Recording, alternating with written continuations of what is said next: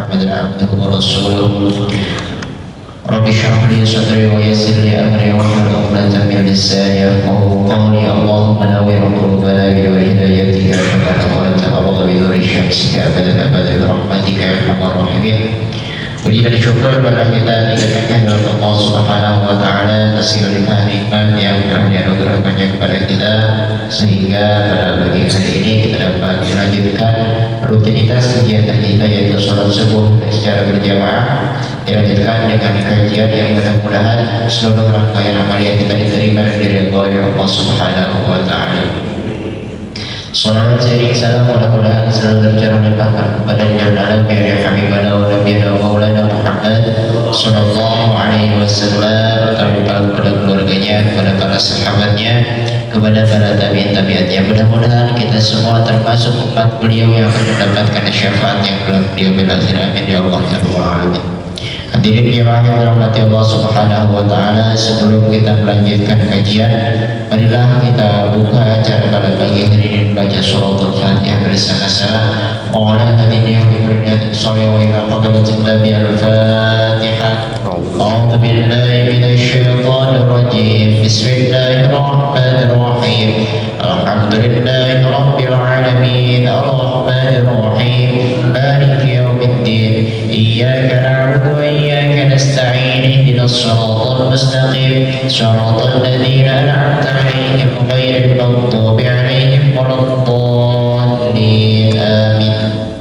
Baik, untuk tema kajian pada pagi hari ini yaitu dengan tema beberapa hal yang mesti disegerakan, yang akan disampaikan oleh guru kita bersama Al-Mukarram Kiai Haji Ahmad Al-Luki. Kepada beliau kami persilakan.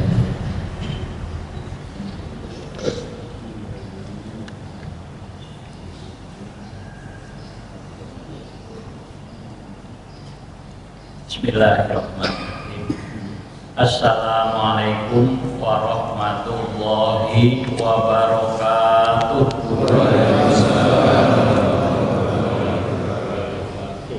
Innal hamdalillah nahmaduhu wa nasta'inuhu wa nastaghfiruh wa na'udzu billahi min syururi anfusina wa sayyiati a'malina. May yahdihillahu fala mudhillalah wa may yudlilhu fala hadiyalah.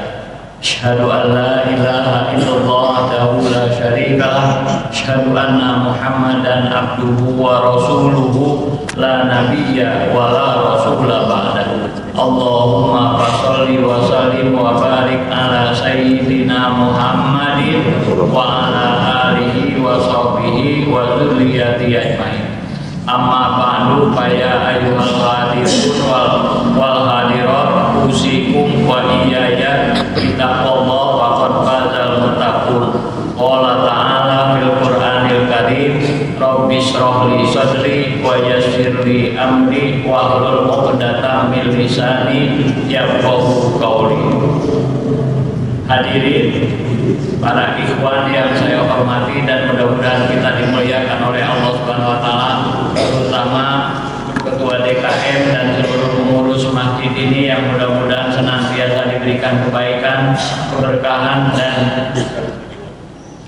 umur yang panjang oleh Allah Subhanahu wa Ta'ala, sehingga mampu memakmurkan masjid ini dengan sebaik-baiknya, dan semua jamaah yang hadir, terutama rekan-rekan asati, yang mudah-mudahan senantiasa kita ditolong dan diberikan kesabaran dalam rangka menyampaikan ilmu yang diwajibkan oleh Allah Subhanahu wa Ta'ala.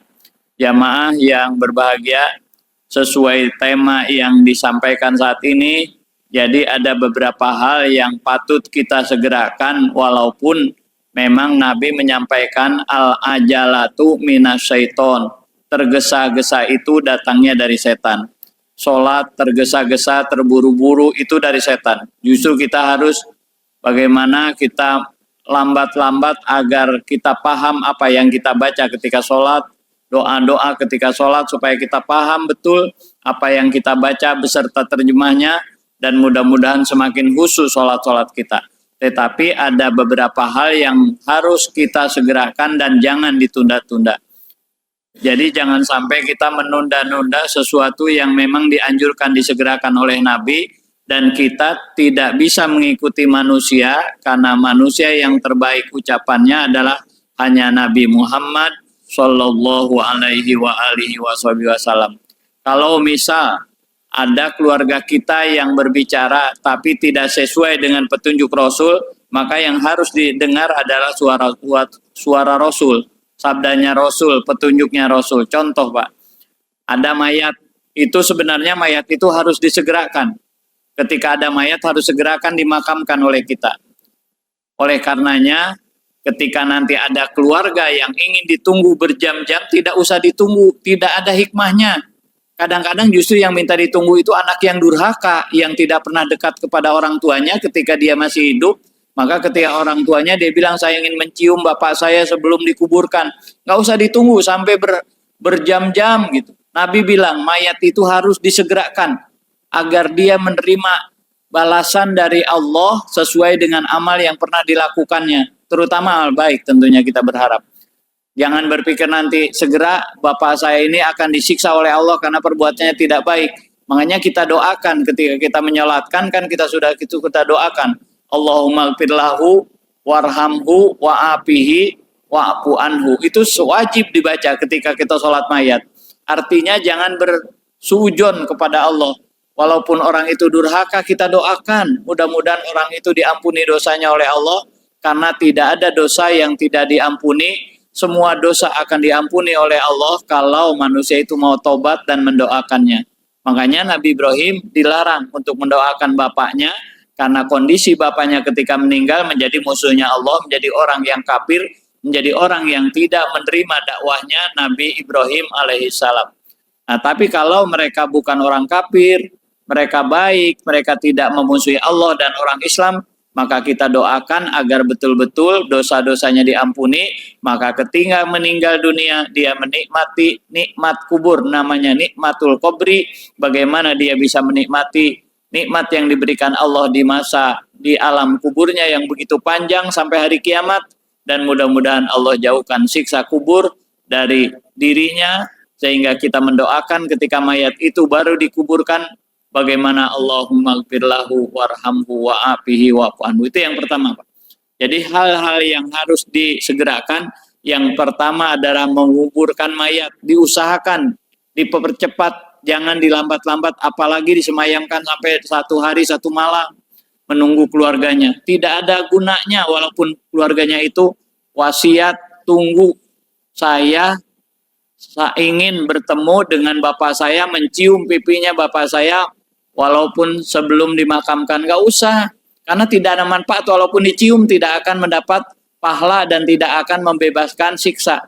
Kecuali dulu zamannya sahabat Nabi, ada seorang wanita yang taat kepada suaminya, akhirnya dosa ibu-ibunya diampuni semuanya oleh Allah.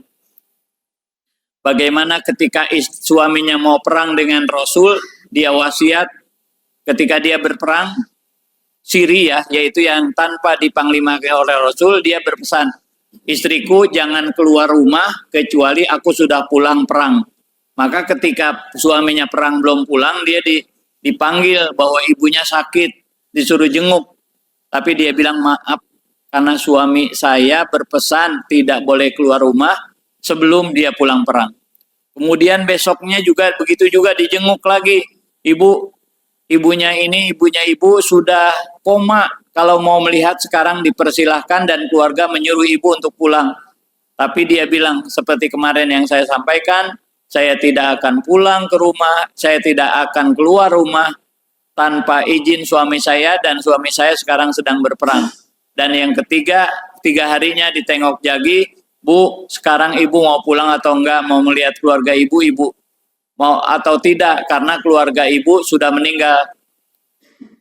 Dan dia bilang, tetap saya tidak akan menjenguk ibu saya yang meninggal, karena saya dipesan oleh suami tidak boleh keluar rumah tanpa izin, atau tanpa suaminya keluar dari peperangan, pulang kembali dari peperangan. Nah, kemudian yang menyusulinya itu jengkel betul, sampai dia datang ke rumah Rasul, diadukan perilaku seorang wanita yang seperti itu, dan Rasul menyampaikan, dosa ibunya semuanya diampuni gara-gara memiliki seorang anak yang nurut kepada suaminya, yang taat kepada suaminya.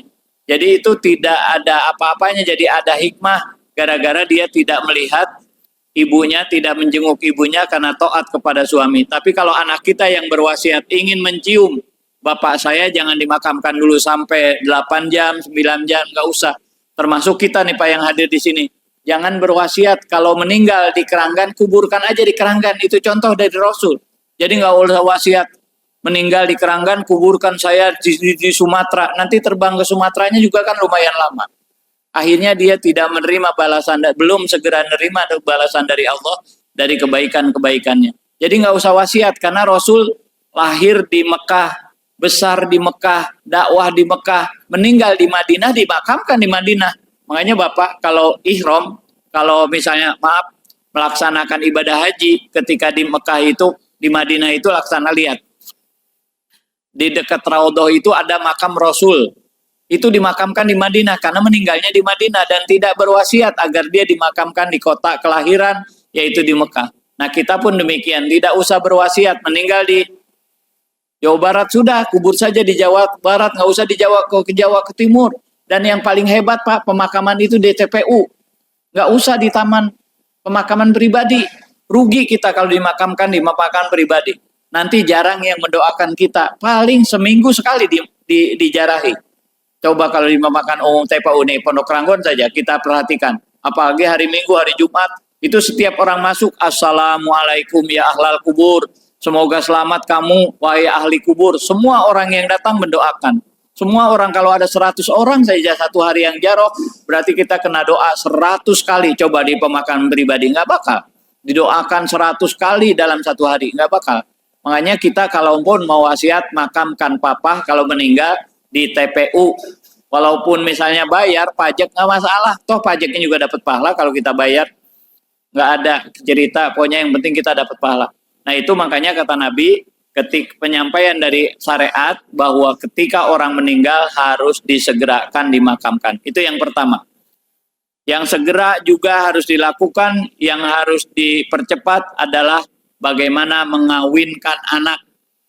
Jadi kalau anak sudah ketemu jodoh, kalau anak itu sudah pacaran bertahun-tahun, apalagi itu baru sebulan saja kita tahu dia pacaran, tanya, serius nggak kamu datang ke rumah saya untuk mendekati anak saya? Mau serius nikah nggak?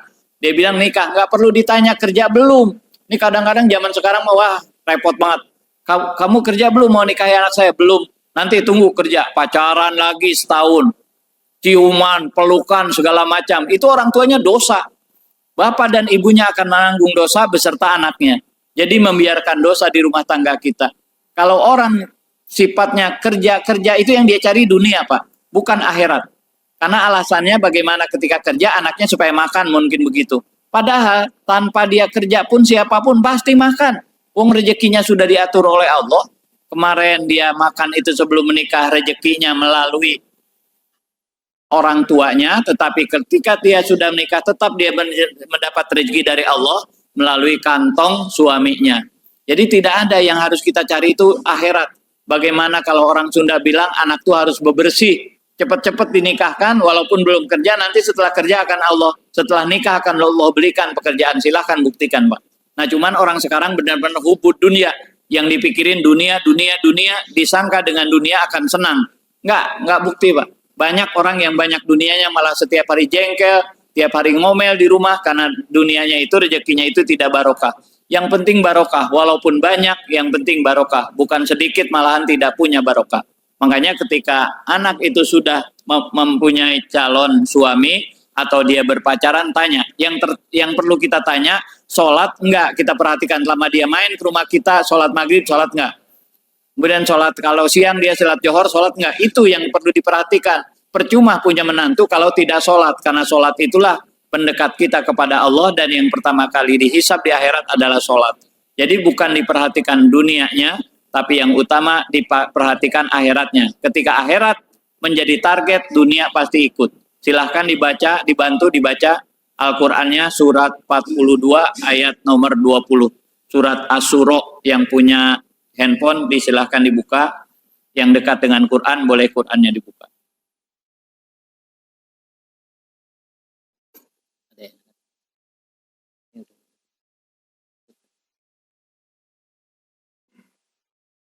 Air ini kalau air ini apa?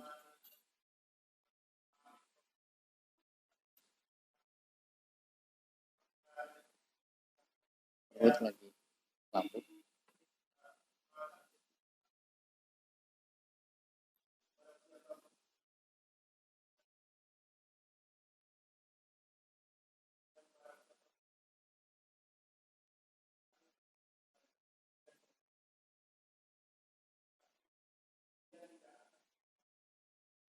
Nah itu surat Asy-Syura ayat nomor 20. A'udzu billahi minasyaitonir rajim. Bismillahirrahmanirrahim.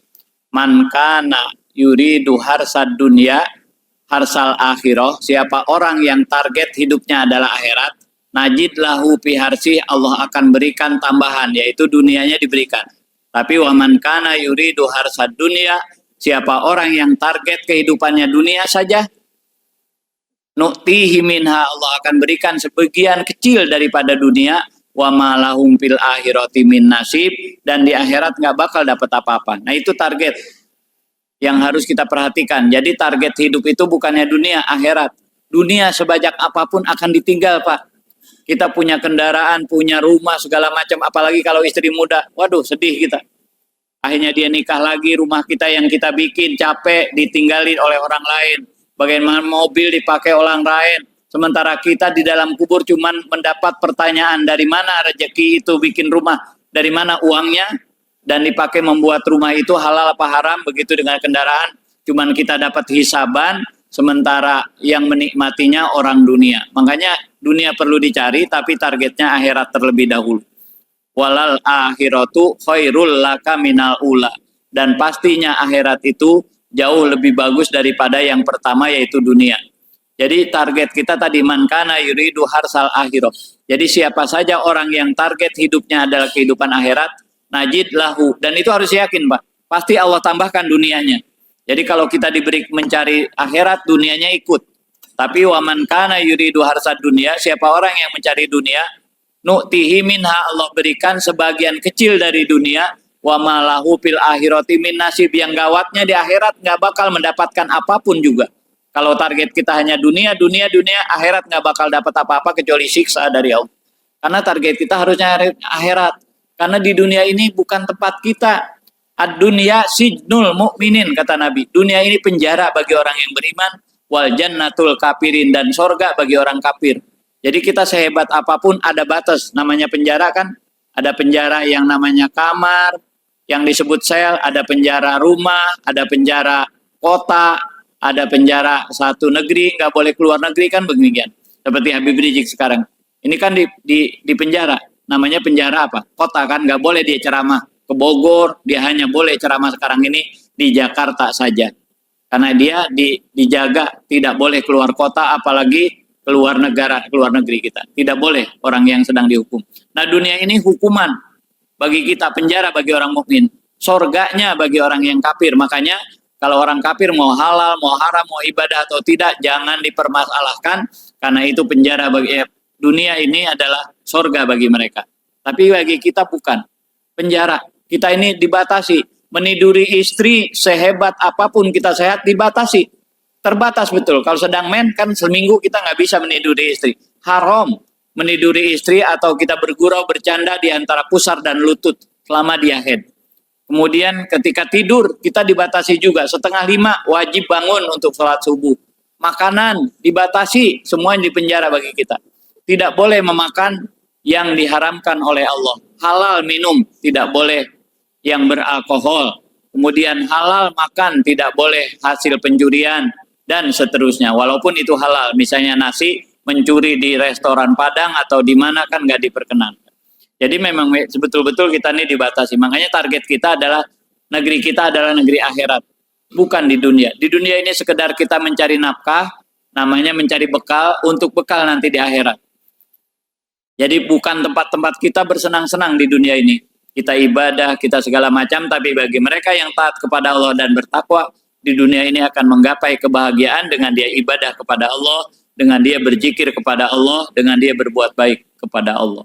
Nah itu yang kedua. Ya, yang pertama memakamkan mayat, Yang kedua, menikahkan anak itu harus disegerakan. Jangan ditunda-tunda. Yang khawatir begini, Pak. Kalau anak itu misalnya nikahnya ditunda, khawatir dia kawin duluan, jadi bahaya. Kita yang repot. Nanti punya anak sudah 3 bulan belum nikah. Yang salah orang tuanya. Kalau dia punya ayam, itu belum pulang. Punya kambing, belum pulang. Yang namanya maghrib dicari sama dia. Kemana ayam saya kok belum pulang? Kemana kambing saya kok belum pulang? Kemana anjing saya kok belum pulang? Sudah maghrib dicari, takut hilang. Tapi kalau anak sampai jam 10 belum pulang, nggak dicari. Kemana bu anaknya? Nggak, ntar juga pulang katanya. Padahal tahu dia dibawa sama pacarnya, pacaran mungkin pegang-pegangan, peluk-pelukan. Nah makanya ketika punya jodoh, ketemu dengan pacarnya, bilang segera nikah. Dalam rangka bebersih yang mencari akhirat supaya jangan dosa antara orang tua dan anaknya. 2. Yang ketiga yang harus didahulukan, disegerakan adalah membayar hutang. Ini jangan disia-siakan Pak. Membayar hutang itu harus disegerakan sekecil apapun. Karena ada satu riwayat bahwa bagaimana Nabi menyolatkan di zaman Rasul itu sahabatnya, kemudian punya utang, Nabi pulang ke rumah, tidak mau menyolatkan orang yang punya hutang. Pulang ke rumah, nggak jadi menyolatkan menjadi imam. Tapi ketika sholat mayat itu hutangnya sudah ditanggung oleh Abu Bakar, Nabi kembali lagi disusul oleh Abu Bakar, ya Rasulullah, bahwa mayat tadi yang memiliki hutang, hutangnya saya jamin saya yang akan membayar dengan segera. Saya yang akan bayar dengan segera, kata Abu Bakar. Akhirnya secepatnya Rasul datang ke mayat dan menyolatkan mayat. Ini hutang tuh hati-hati Pak. Dunia dan akhirat yang diberikan oleh Allah itu nanti hukumannya bukan hanya di dunia saja, dia hutang tidak dibayar, di akhirat akan habis amal soleh kita, diberikan kepada mereka yang menghutangkan tidak dibayar selama di dunia.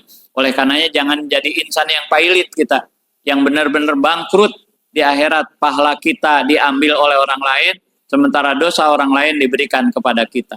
Itu rugi, betul-betul rugi. Makanya hutang sekecil apapun segera dibayar. Punya arisan, selesai ambil arisan, secepatnya kita bayarkan dulu. Sebab nanti kalau kita mau hutang, kalau sudah dibayar hutang kita kan enak. Tapi kalau hutang lagi, uang habis, hutang tidak terbayar, rugi. Makanya hutang itu harus segera dibayar agar kita terhindar dari siksa kubur dan terhindar dari siksa akhirat nanti karena hutang kita itu bebas. Namun sekarang yang kurang rapi Pak, saya kalau menyolatkan mayat benar-benar sedih. Bagaimana seorang yang menjadi sambutan, siapa yang memiliki hutang terhadap ahli mayat ini nanti berhubungan saja dengan keluarganya. Hanya ijab, nggak ada kabulnya Pak. Kalau di zaman Rasul ada ijab kabul. Saya yang menanggung, kata Abu Bakar, hutangnya, dan dibuktikan saya yang menanggung. Kalau sekarang enggak. Cuman yang bicara yang apa? Yang ke depan, siapa yang punya sangkut paut dengan mayat ini, maka hubungannya digantikan dengan keluarga. Harusnya keluarga bilang, saya gitu. Ada ijab, ada kabul. Aku tikahkan kamu, ada kabulnya. Saya terima nikahnya. Ini bapaknya yang meninggal itu bebas hutangnya, ditanggung oleh keluarga, itu anaknya 4 ada di depan. Bilang dong, saya gitu. Ini mah enggak Pak, sampai dia mati nanti ijab kabul lagi. Kalau mayat ini punya sangkut paut utang, ditanggung oleh keluarganya. Enggak ada yang bilang lagi, sampai hari kiamat. Seperti Presiden, Pak Harto ninggalkan hutang, dilanjutkan oleh Presiden sampai sekarang bukan tabungan habis, tapi triliunan, ribuan triliun kita punya hutang. Nah itu hutang mayat begitu Pak, itu tidak diterima kalau begitu, karena hanya ijab. Harusnya kata keluarga, di barisan tuh barisan sholat, saya Pak, siapa yang punya bapak saya punya hutang, hubungi saya. Jadi langsung ada ijab kabul, jadi bebas hutang mayat itu. Ini mah enggak, cuman yang ngomong doang. Yang punya piutang berhubungan dengan keluarga yang mana? Jangan-jangan ketika nagih kita nggak diterima. Oh bukan ke saya Pak, ke kakak saya. Ntar kakaknya bilang bukan ke saya Pak, ke kakak saya. Terus saja, nggak bakal nerima hutang orang tuanya. Itu bohongan doang, ucapan itu cuma tradisi. Makanya kita jangan berhutang, lebih baik daripada hutang nggak dibayar nanti ngomong doang. Pimpinan itu yang bicara di depan cuma bicara siapa yang punya sangkut paut, nggak ada. Pernah nggak Bapak dengar? Dalam barisan itu keluarga bilang, Pak hubungi saya saja kalau Bapak saya punya hutang. Saya selama menyolatkan sampai usia saya sekarang 56 tahun belum pernah ngedengar ada yang ijab dan kabul. Kalau Bapak saya punya hutang, saya yang siap membayar, kata anak-anaknya, nggak ada. Cuman ngomong dari satu pihak. Kalau punya hutang piutang hubungi keluarga, tapi nggak disebut, hanya menyerahkan. Saya tikahkan kamu, tidak ada yang menerima, saya terima nikahnya, harusnya begitu. ada ijab, ada kabul. Nah di kita itu tradisi Pak, tradisi bohong, nyolatin mayat aja juga mulai bohong dari menyolatkan mayat itu. Makanya kita rubah ini, kita rubah, harus kita rubah. Jangan sampai kita nanti memiliki hutang, makanya kalau punya hutang segera dibayar. Dan yang keempat, ya, yang harus kita segerakan adalah tobat dari segala dosa kepada Allah Subhanahu wa taala. Ini harus kita buruin, harus kita segerakan, jangan ditunda-tunda. Jangan nanti ini yang muda-muda nih, saya nanti tobat Pak Ustadz di usia 50 tahun. Kalau sampai usianya 50 tahun, bagaimana 30 tahun meninggal? Sekarang banyak banget Pak, tanpa sebab meninggal. Makanya tobat itu harus disegerakan. Kalau ingin yakin dibaca ayatnya itu Pak, baca lagi Pak surat 3 ayat ke-133. Jangan ditunda kata Allah. Allah yang menyampaikan, saya hanya menyampaikan ayat dan suratnya saja. Firmannya langsung dari yang memiliki sorga dan neraka, yaitu Allah.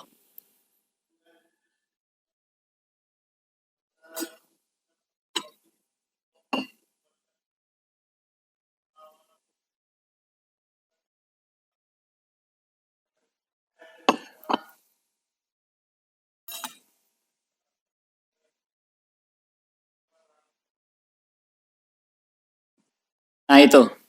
A'udzubillahi minasyaitonirrajim. Wasari'u ila magfiratim mir rabbikum wa jannatin arduhas samawati wal ardu iddat lil muttaqin.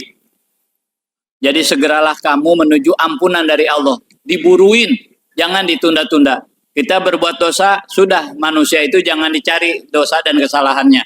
Tetapi memang manusia itu banyak dosa dan salahnya kata Nabi juga. Al-insan mahallul khoto wan nisyan. Manusia itu memang tempat salah dan tempatnya lupa. Karena itu ketika kita salah dan lupa, berbuat jolim kepada diri sendiri dengan bermaksiat, segera wasari'u ila magfiratim mir rabbikum. Segeralah kamu menuju ampunan dari Tuhanmu, wajannatin, dan segeralah kamu menuju sorga, yang luasnya sorga seluas langit dan bumi, uiddat lil muttaqin, sorga diperuntukkan bagi orang yang bertakwa. Tiket sorga itu adalah takwa. Jadi kalau kita memiliki tiket takwa, kita pasti ke sorga, dan tanpa dihisap oleh Allah maupun dihisap atau tidak, bukan urusan kita. Tetapi yang penting kita bagaimana diberangkatkan, dimasukkan ke sorga oleh Allah Subhanahu Wa Taala. Syaratnya itu, kita segera minta ampun kepada Allah dari segala dosa dan kesalahan. Jadi tidak boleh ditunda-tunda. Segera tobat, apalagi kita mengatakan, saya tidak punya dosa, saya tidak punya kesalahan. Orang yang sangat besar dosanya itu, orang yang mengakui bahwa dirinya tidak punya salah. Wong Nabi bilang, manusia itu tempat salah dan tempatnya lupa. Masa Nabi bohong? Nabi itu tidak pernah dusta, dan Nabi berbicara itu selalu benar. Kenapa? Karena langsung didampingi oleh Allah, dan ucapannya wa ma yantiqu anil hawa in huwa illa wahyu yuha. Nabi Muhammad itu tidak pernah berbicara berdasarkan hawa nafsunya seperti kita, kecuali dia bicara itu dengan wahyu yang diwahyukan oleh Allah Subhanahu wa taala sampai kepada kita. Kalau tidak ada wahyu, Nabi itu lebih baik diam. Contohnya, ada sahabat mau menikah dengan orang musyrik, orang kafir. Itu ditunggu beberapa menit sampai tunggu ayatnya, tidak boleh menikahi orang kafir walaupun dia cantik dan memikat hatimu. Baru disampaikan setelah datang wahyu. Jadi tidak ada ceritanya Nabi itu berbicara sesuai kehendak Nabi, tetapi semua yang dibicarakan oleh Nabi adalah bagaimana itu adalah perintah dari Allah, petunjuk dari Allah, melewat wahyu dan lain sebagainya. Yaitu yang kedua, ketika tobat itu harus disegerakan di surat An-Nisa, surat nomor 4, ayat 17.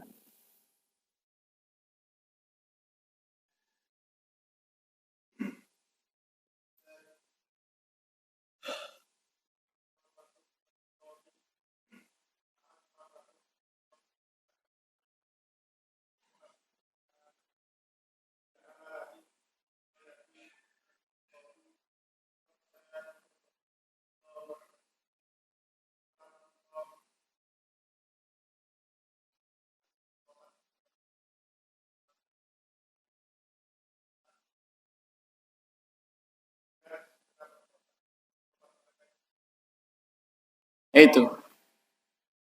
Jadi tobat yang diterima oleh Allah adalah orang yang melakukan kesalahan karena kebodohan. Dia melakukan kesalahan karena nggak tahu Kemudian ya tubu min qoribin, dia tobat dengan segera dalam waktu yang dekat, tidak ditunda.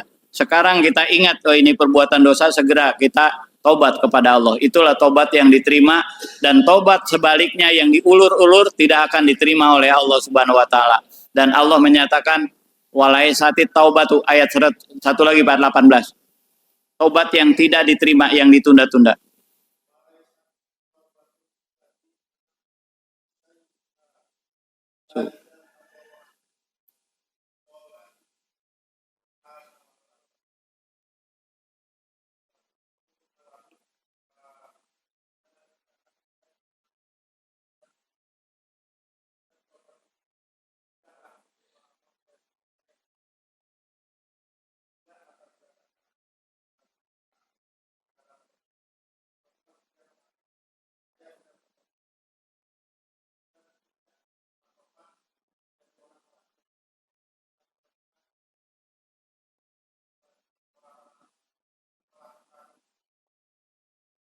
Itu dia. Jadi di ayat 17 surat An-Nisa, tobat yang diterima oleh Allah, dan di ayat 18-nya tobat yang tidak diterima oleh Allah karena mengulur-ulur waktu tobat. Ketika dia sakratul maut, sudah mau meninggal, baru dia bilang, ini tubtul an, saya tobat sekarang. Dan tidak bakal diterima oleh Allah. Karena Nabi menyampaikan, tobat itu nggak bakal diterima oleh Allah malam yugorgir, kalau napas sebelum ditenggorokan. Kalau sudah ditenggorokan, napas itu sudah sakratul maut, sudah koma, walaupun dia beristighfar dan menyatakan dia itu beriman dan muslim, tidak akan diterima. Bagaimana di dalam Al-Quran, tobatnya Fir'aun nggak diterima oleh Allah. Ketika Fir'aun itu mau tenggelam, dia mengatakan, aku beriman kepada Tuhannya Bani Israel. Wa ana minal muslimin, kata Fir'aun, dan saya ini orang Islam, orang yang patuh taat. Malah diledek oleh Allah. Baru sekarang kamu tobat, padahal kamu durhaka sejak kecil, padahal kamu durhaka sejak dahulu, jadi nggak diterima tobatnya oleh Allah. Begitupun dalam surat Al-Munafikun, bagaimana orang yang tobat dalam kondisi sakratul maut tidak bisa diterima oleh Allah, karena memang sudah saatnya habis. Jadi ada dua masalah tobat yang tidak akan diterima oleh Allah. Yang pertama, yang mengulur-ngulur tobat, kemudian ketika sakarat, baru dia tobat kepada Allah, nggak diterima. Yang kedua, kalau mentari sudah terbit dari sebelah barat. Makanya Bapak jangan suka ini, seperti dulu 999, takut kiamat. Nggak bakal kiamat, kecuali matahari terbit dari barat. Ke timur, nanti terbenamnya di timur. Baru pintu tobat ditutup, baru kiamat datang setelah itu. Dan itu juga bertahun-tahun, tentunya berpuluh-puluh tahun, baru terjadi kiamat. Jadi jangan ada sampai orang yang takut dengan kiamat, justru kiamat sugro itu yang takut. Kematian kita, jangan sampai kita mati tidak membawa amal, tidak memiliki bekal, jangan sampai. Nah, makanya kita sekarang ini, Allah ciptakan kita untuk ibadah, mari kita ibadah. Setiap hari sampai di jalanan pun, kalau ada sesuatu yang tidak baik, misalnya ada batu, ditendang oleh kita sampai masuk ke got. Kalau ada ranting, tolong dibuang, bukan malah sebaliknya, di jalanan disiapkan drum, kemudian disiapkan kotak, itu dosa, betul-betul dosa, Pak. Nggak boleh. Justru guru mengajari kita para asatidz, kalaupun ada kayu di jalanan disuruh dibuang. Ini mah sengaja, kotak dan drum disimpan di tengah jalan, sehingga orang lewat, apalagi di tikungan-tikungan, udah orang ribet, ditambah ribet. Repot banget sekarang itu, betul-betul, ya Allah, umat Islam ini yang membuat masalah sendiri gitu. Padahal dia sendiri dibilang, tangan yang di atas lebih baik daripada tangan yang di bawah. Nabi menyampaikan, artinya yang memberi lebih baik daripada yang menerima. Tetapi kadang-kadang orang disuruh untuk meminta-minta. Lucu betul. Padahal nggak boleh. Juga keluarga Nabi. Nabi itu tidak pernah menerima infak, nggak pernah menerima zakat, kecuali zakat dan infak. Nabi itu nggak pernah. Tapi keluarganya kadang-kadang malah minta-minta. Ke saya aja pesantren punya kambing, kita jualan kambing. Minta kambing, saya mau hol, katanya. Mau ngedoain orang tua, kambing minta-minta. Kalau nggak mampu, udah doa aja pada sholat gitu, saya bilang. Pak kita bilang gitu marah. Padahal orang tuanya, kakeknya nggak pernah minta-minta. Zakat aja nggak pernah nerima zakat, nggak mau. Karena zakat itu fakir miskin, kata Nabi. Kadang-kadang keturunannya malah minta-minta kepada orang, mau hol minta, mau maulid minta. Datang ke rumah kita, nggak usah, Nabi nantinya marah. Memperingati hari lahir Nabi, minta-minta di jalanan. Kalau Nabi hidup, dikemplang kita oleh Nabi, yakin saya. Marah betul Nabi. Minta-minta itu Nabi bilang jelek, Masa mau memperingati hari Maulid Nabi minta di pinggir jalan? Kalau nabinya hidup, datang kepada kita, marah yakin saya marah. Karena nabi itu buat apa diperingati hari lahirnya kalau harus minta-minta, sementara nabi sendiri melarang untuk minta-minta. Tangan yang di atas lebih bagus daripada tangan yang di bawah. Kita lebih baik memberi daripada menerima. Kalau kita memang orang yang biasa-biasa dan mampu. Tetapi kalau mereka yang tidak mampu, tidak usah minta pun wajib kita beri. Karena ada mereka di rezeki kita, yaitu dalam rangka kita mengeluarkan jis, zakat, infak, dan sodako. Makanya taubat ini Pak, segera dalam yang keempat itu adalah yang pertama tadi memakamkan mayat, yang kedua adalah bagaimana menikahkan anak, yang ketiga adalah bagaimana disegerakan bayar utang, dan yang keempat yang paling utama bagaimana menyegerakan taubat agar kita walaupun ada dan banyak dosa, mudah-mudahan dosa kita diampuni oleh Allah dan mudah-mudahan kita dimasukkan ke surganya Allah Subhanahu wa taala. Dan kita nggak boleh putus asa Pak, walaupun pernah berzina maaf, walaupun pernah membunuh, walaupun pernah musyrik, walaupun pernah berbuat dosa besar, Allah ampuni asal kita mau tobat. Al-Quran menyatakan di dalam Al-Quran itu Allah betul-betul menyampaikan di surat 39 ayat 53. Nomor 39 suratnya surat Al-Jumar ayatnya ke-53. Itu bagaimana orang yang dosanya besar tapi nggak boleh putus asa. Jangan sampai kita merasa diri nggak diampuni dosa. Dibaca Pak.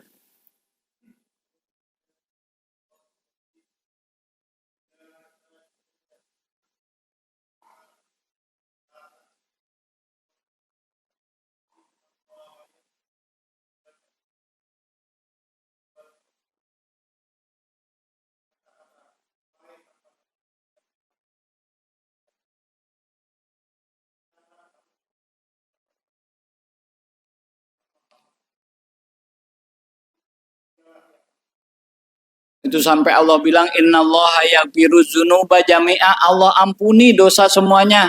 La taqnatu mir rahmatillah, jangan putus asa dari rahmat Allah. Sebanyak apapun dosa kita, yang penting kita tobat, diampuni dosa kita.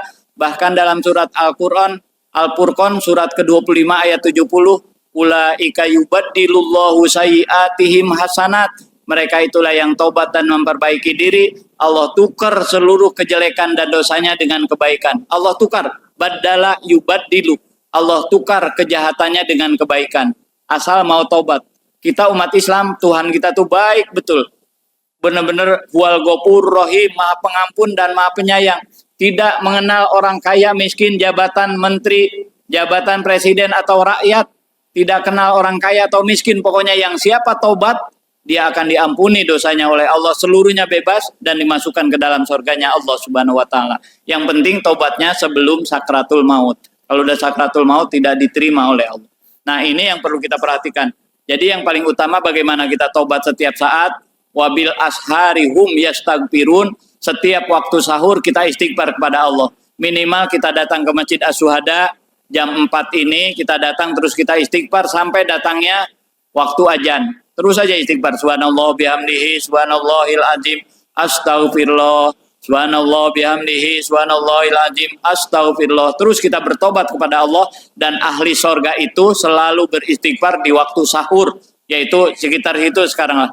Sampai jam 4, sampai subuh itulah kita istighfar kepada Allah, atau dari jam setengah 4 sampai subuh misalnya, sesempatnya kita baca istighfar di situ. Dan terserah kita baca berapa saja, kita minta ampun walaupun dosa besar. Bagi kita ada dosa besar yang kita lakukan, mudah-mudahan diampuni sesuai dengan janjinya Allah. Makanya di sini katakanlah ya Rasul, ya ibadiyalladzina asrafu ala anfusihim, wahai hamba-hambaku, janganlah kamu berputus asa dari rahmat Allah. La taqnatu mir rahmatillah, jangan putus asa dari rahmat Allah.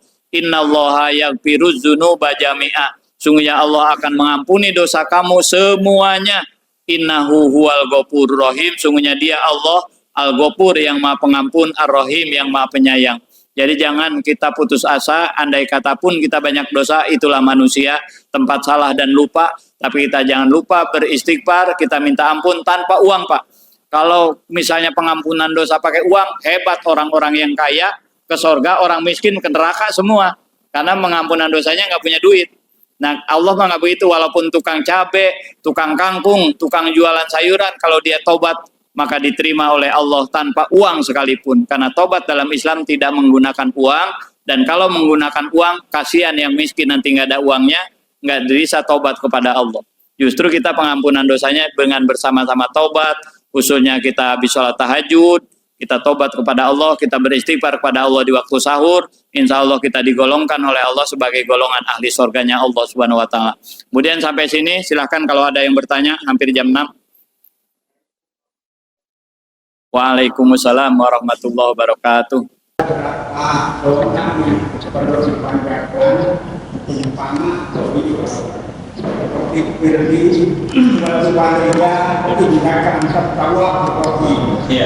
ada lagi Allahumma anta rabbi la ilaha illa anta khalaqtani wa ana abduka wa ana ala abdika wa wa'dika wa mastata'tu a'udzubika min syarri ma sana'tu abu'u laka bi ni'matika alayya wa abu'u bi ni'matika alayya abu'u bi dzambi faghfirli fa innahu la yaghfiru dzunuba illa anta.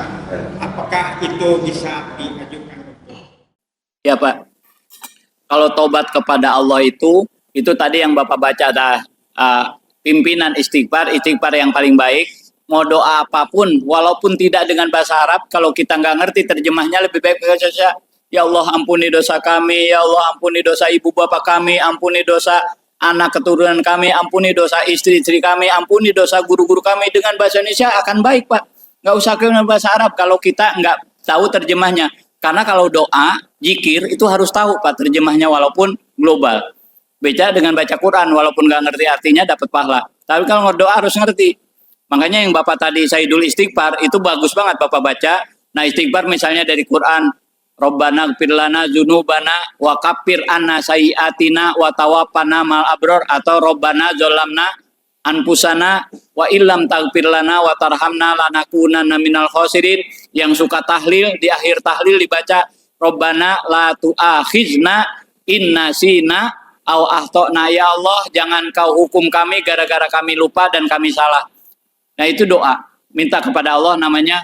Dengan khusus istighfar tadi bagus, tapi doa kita minta ampun juga bagus. Tapi yang tidak bisa bahasa Arab, tidak ngerti bahasa Arab, pakai bahasa Indonesia aja. Wong bahasa semut aja Allah ngerti, yang bikin bahasa semut kan Allah. Nggak usah kita pakai bahasa Arab kalau nggak ngerti bahasa Arab terjemahnya. Ya kita doa aja, ya Allah ampuni dosa kami, berilah kami kebaikan, bimbing kami menuju jalan yang baik. Ampuni seluruh kesalahan kami dan keluarga kami, minta kepada Allah sambil kita menangis. Kemudian yang syarat keduanya, wa aslahu, dan dia harus memperbaiki diri. Jadi tobat yang diterima itu bukan hanya tobat, tapi dia islah. Ada perbaikan. Misalnya istri yang melawan kepada suaminya, nakal kepada suaminya, maafin kami mas, setelah sholat Jumat, ampuni dosa kami, maafkan kesalahan kami. Tapi tolong jangan besok diulangi lagi. Kata suami, aku nggak senang mam, kalau papa pulang kerja, kamunya ada di rumah tetangga, nggak senang. Minta maaf ke suami, berjanji tidak akan mengulangi. Suami pulang tuh ditunggu di rumah dengan pakaian yang rapi kalau wanita, dengan senyum yang baik. Kemudian dia bawa tas-tasnya itu dipegang, digantikan sampai masuk ke dalam rumah. Itulah istri yang betul-betul solehah, dan dia minta maaf, tidak diulangi perbuatan salahnya. Ini masalahnya. Jadi kita tuh banyak yang tobatnya, kata orang Betawi, tobat sambal.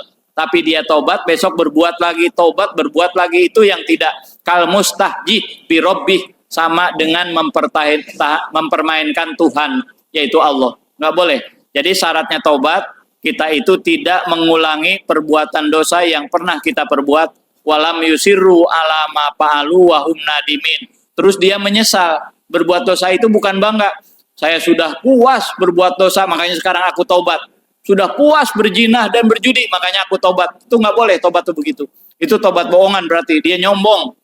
Dengan berbuat baik malahan merasa puas berbuat jahatnya. Ingin berbuat baik itu setelah dia puas berbuat jahat. Jangan. Justru menyesali perbuatan jahat. Kalau perlu kita malu semalu-malunya, tidak perlu diketahui oleh orang lain atau diketahui oleh Allah secara betul-betulan. Artinya dia malu betul kepada Allah.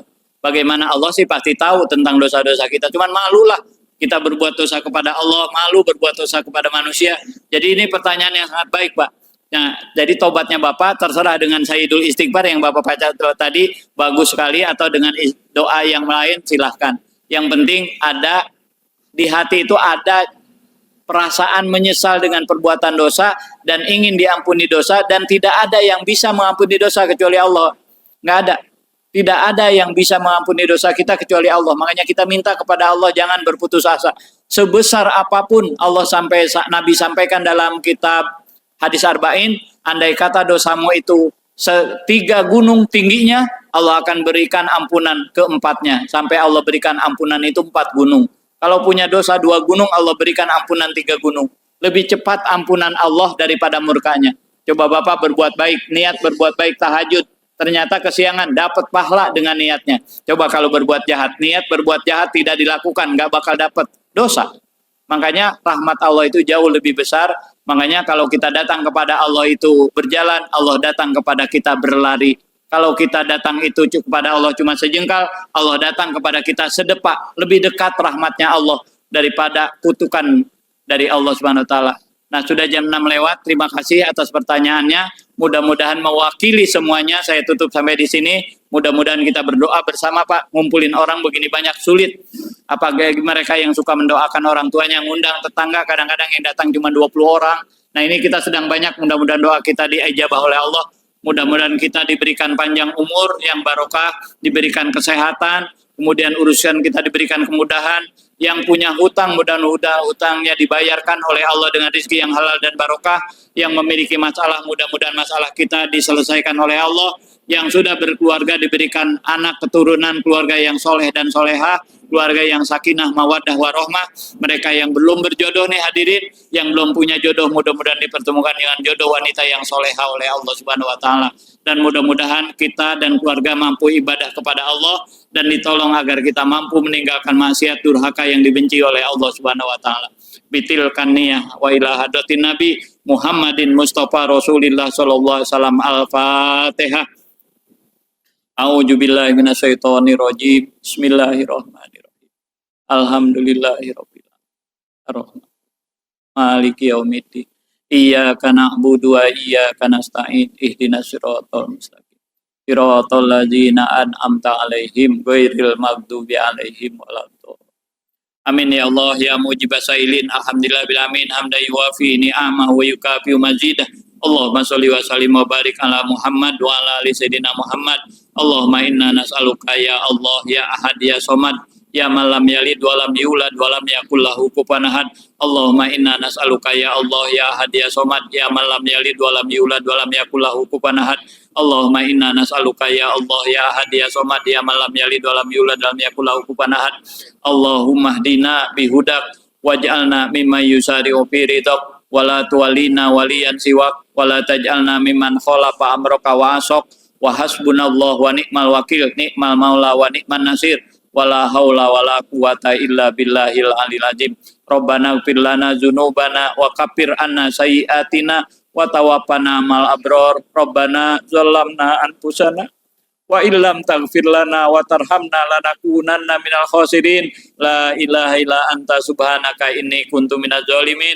Rabbana atina fid dunya hasanah fil akhirati hasanah wa qina adzabannar. Subhana rabbika rabbil izzati amma yasifun wa salamun alal mursalin walhamdulillahi rabbil alamin.